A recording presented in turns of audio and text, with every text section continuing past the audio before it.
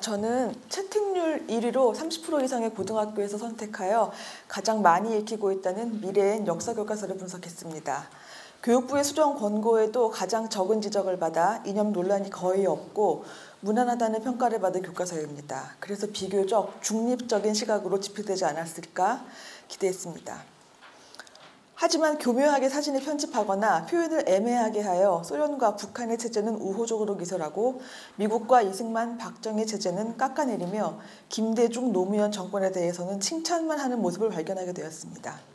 이 교과서에 편향된 부분을 하나씩 살펴보도록 하겠습니다. 1948년 김구와 함께 북한에 방문한 김규식의 사진을 싣고 단독 선거는 민족 분단의 길이라며 50 남한 선거를 반대하고 미군 철수를 주장한 김구는 옳고 총선을 환영한 이승만은 민족 통일을 반대한 역적인 양 묘사하고 있습니다.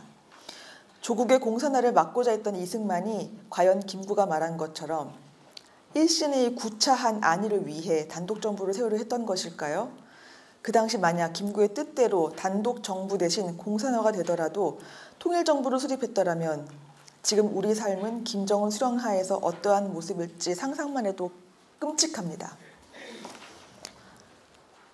제주 4.3 사건 및 여수 순천 반란의 주동자가 남로당이라는 사실은 은폐하고 좌익 세력이라는 애매한 표현을 쓰며 남로당이 대한민국 정부에 계속 대항했고 북한과 연계되어 있다는 사실은 기술하지 않고 있습니다. 무장봉기라는 표현이 눈에 띄는데 이 말은 지배자의 학정, 압제 따위에 대항하여 백성이 무장을 하고 일어나는 저항운동이란 뜻입니다. 4.3 사건은 공산주의를 신봉한 자들의 선동에 이용당하여 무고한 도민들이 많은 희생을 당한 우리 역사의 크나큰 비극으로서 당연히 양민 희생자들을 위로하고 그분들의 희생을 기억해야 합니다.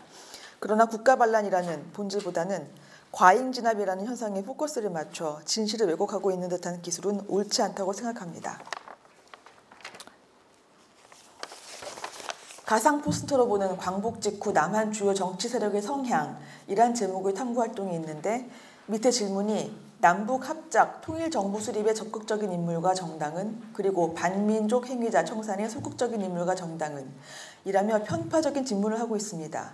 뭔가 통일 정부는 무조건 좋은 것처럼 인식하게 만들고 이승만은 말도 안 되는 친일파 프레임에 가두어 아이들에게 세뇌하고 있는 듯한 느낌이 듭니다.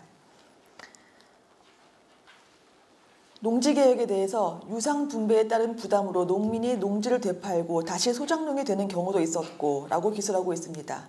왼쪽 사료 읽기 자료에 있는 농지개혁법의 주요 내용을 보면 분배받은 농지 상환액은 평년작, 주 생산물의 1.5배로 하고 5년 동안 균등 상환한다고 되어 있습니다. 이것은 쌀 한 가마니를 수확할 수 있는 농지를 분배받았다면 쌀 한 가마니 반을 5년에 걸쳐 상환하면 된다는 말입니다. 이런 파격적인 조건이었기에 본문에서처럼 농지개혁으로 인해 지주, 소작제가 거의 사라졌으며 대부분의 농민이 자기 소유의 토지를 갖게 된 것입니다. 무상모수는 했지만 토지 소유권을 농민에게 결코 준 적이 없는 북한의 토지개혁과 비교해도 월등히 우수하여 전 세계로부터 극찬을 받는 이승만의 농지개혁을 우리 고등학교 역사교과서에는 어떻게든 폄하하려는 의도가 이상하지 않으신가요?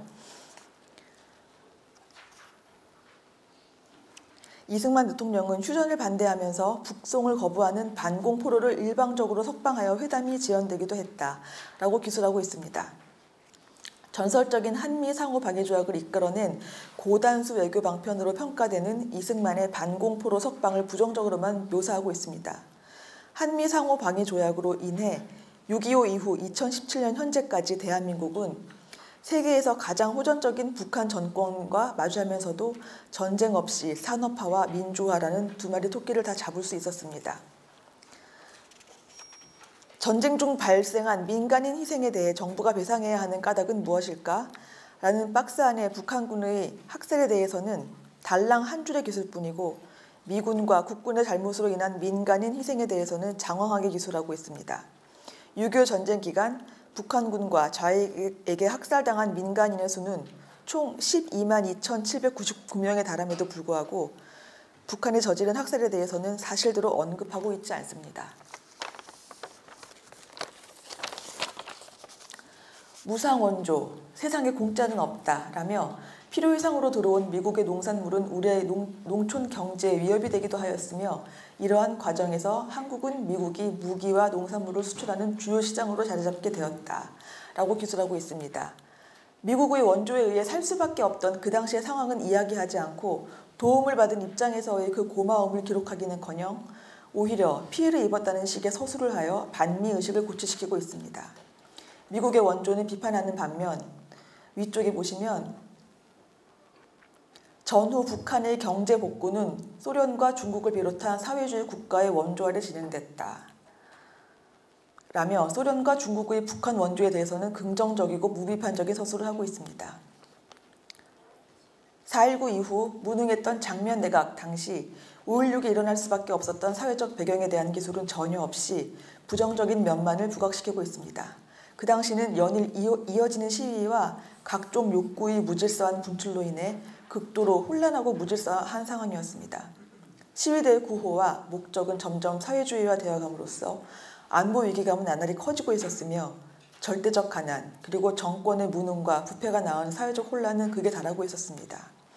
4.19 이후 공산화의 위기에서 국가를 구하고 북한에게도 뒤떨어져 있던 남한이 세계 10대 경제대국으로 도약하는 발전 동력을 가져왔다는 역사적 사실을 근거로 한 기술이 아쉽습니다.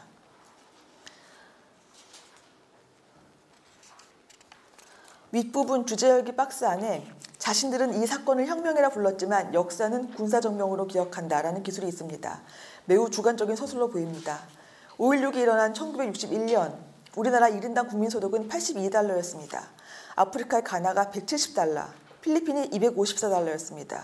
불과 60년 전만 해도 공동수도에서 물을 받아 물지개로 날랐고 청계천 판자촌은 감히 대한민국이라 상상도 못할 정도이며 아이들까지도 연탄을 날라야 했던 세계 최빈국에서 이만큼 먹고 살게 되었습니다. 가히 혁명적인 변화 아닌가요?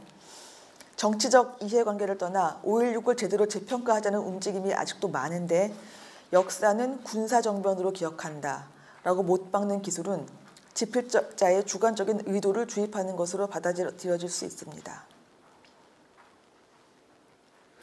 베트콩에 의한 한국군의 큰 희생은 감추고 한국군에 의해 많은 베트남 양민이 희생되었다 라며 한국군이 베트남 양민을 희생시킨 것처럼 왜곡 서술하고 있습니다.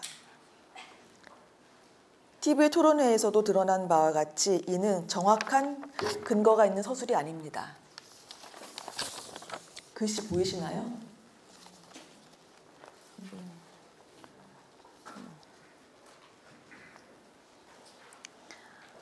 10월 유신 100억 불 수출, 1000불 소득이라는 문구가 눈길을 끄는 정부의 홍보물이다. 헌법을 바꿔 대통령의 권한을 크게 강화한 유신체제는 보람찬 내일을 기약하였을까? 라며 유신체제를 비아냥거리고 있습니다. 3.1 민주구국선언문 중 노동자, 농민을 차관 기업과 외국 자본의 착취에 내맡긴 경제 입국 논리는 처음부터 국민을 위한 것이 아니었다. 라는 문구를 발췌하여 박정희의 유신체제를 비판하고 있습니다. 그의 과오도 물론 있지만 어찌하여 가난해서 허덕이던 나라를 부강하게 만든 그의 공로를 기술하는 데는 이토록 인색한 것일까요?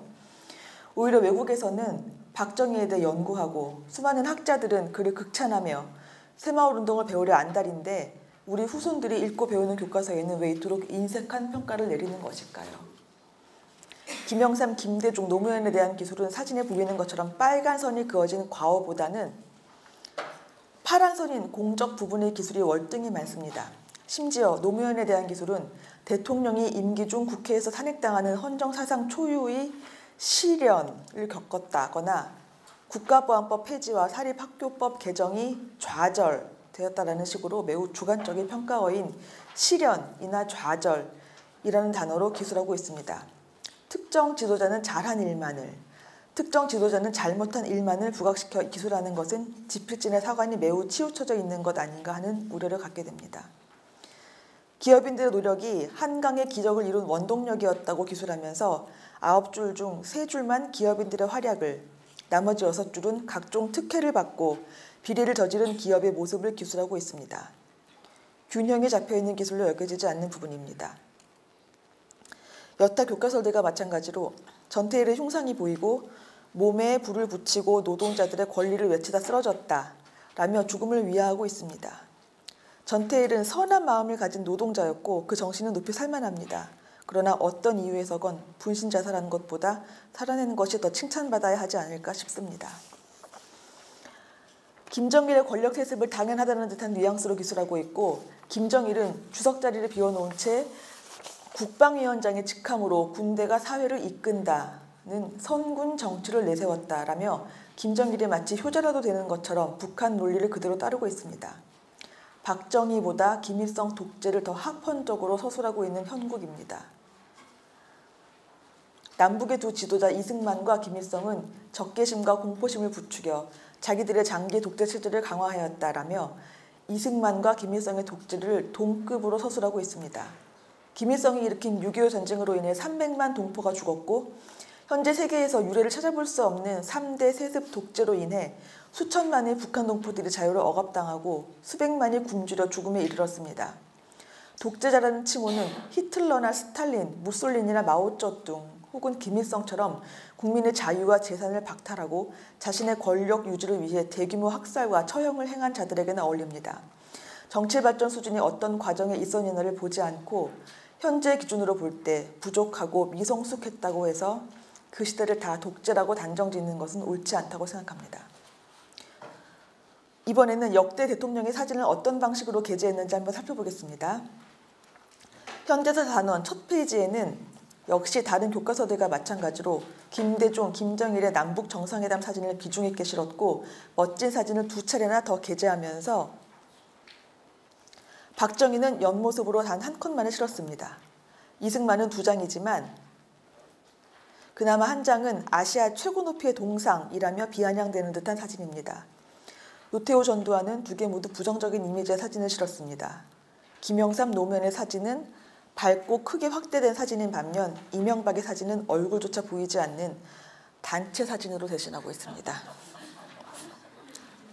건국과 근현대사에 이르기까지 역사의 큰 2가지 흐름, 즉 이승만의 자유민주주의 국가, 건국과 박정희의 산업화, 근대화, 개발 독재 과정 혹은 박정희를 도와 경제 발전을 이루는 데 큰 역할을 한 기업인들, 그리고 반공 호국 정책들, 그리고 북한이 저질렀던 각종 도발과 핵개발 같은 엄청난 역사적인 사실들이 하나의 커다란 흐름이었고, 또 하나는 김구를 포함한 독립운동가들이 나름대로의 노력, 친일파 청산 작업이 미흡했던 부분, 이승만 독재, 박정희 정권에서 일어났던 인권 침해나 김대중 노무현 정권의 햇볕 정책, 근대화 산업화 과정에서 소외됐던 근로자들의 어려웠던 삶, 전태일 사건, 민주화 운동 등이 우리 현대사의 또 다른 한 축이라고 할 때 제대로 된 교과서라면 이 2가지 축 모두 좌우 편향되지 않도록 기술해서 자라나는 청소년들이 이 교과서를 통해 한국 현대사의 엄정한 2개의 축을 제대로 이해하고 균형 있는 역사관을 갖도록 가르쳐야 하지 않을까요? 그러나 미래엔 역사 교과서는 어떠한 의도를 가지고 만든 평파적인 교과서인 것 같습니다. 박근혜 정부에서 만들었던 국정교과서를 두고 이 정도면 우리 자라나는 청소년들에게 충분히 당당하게 가르칠 수 있을 정도로 편향되지 않았다는 것이 중론이었습니다. 최순실 사태가 터졌다고 해서 최순실과 역사교과서가 무슨 상관이 있다고 국정교과서를 폐기하자는 말인가요? 북한 미화와 좌편향의 문제여서 고치자는데 왜 난데없이 친일 독재 미화 교과서라는 어이없는 프레임으로 가두어 국정교과서를 왜곡했던 것일까요?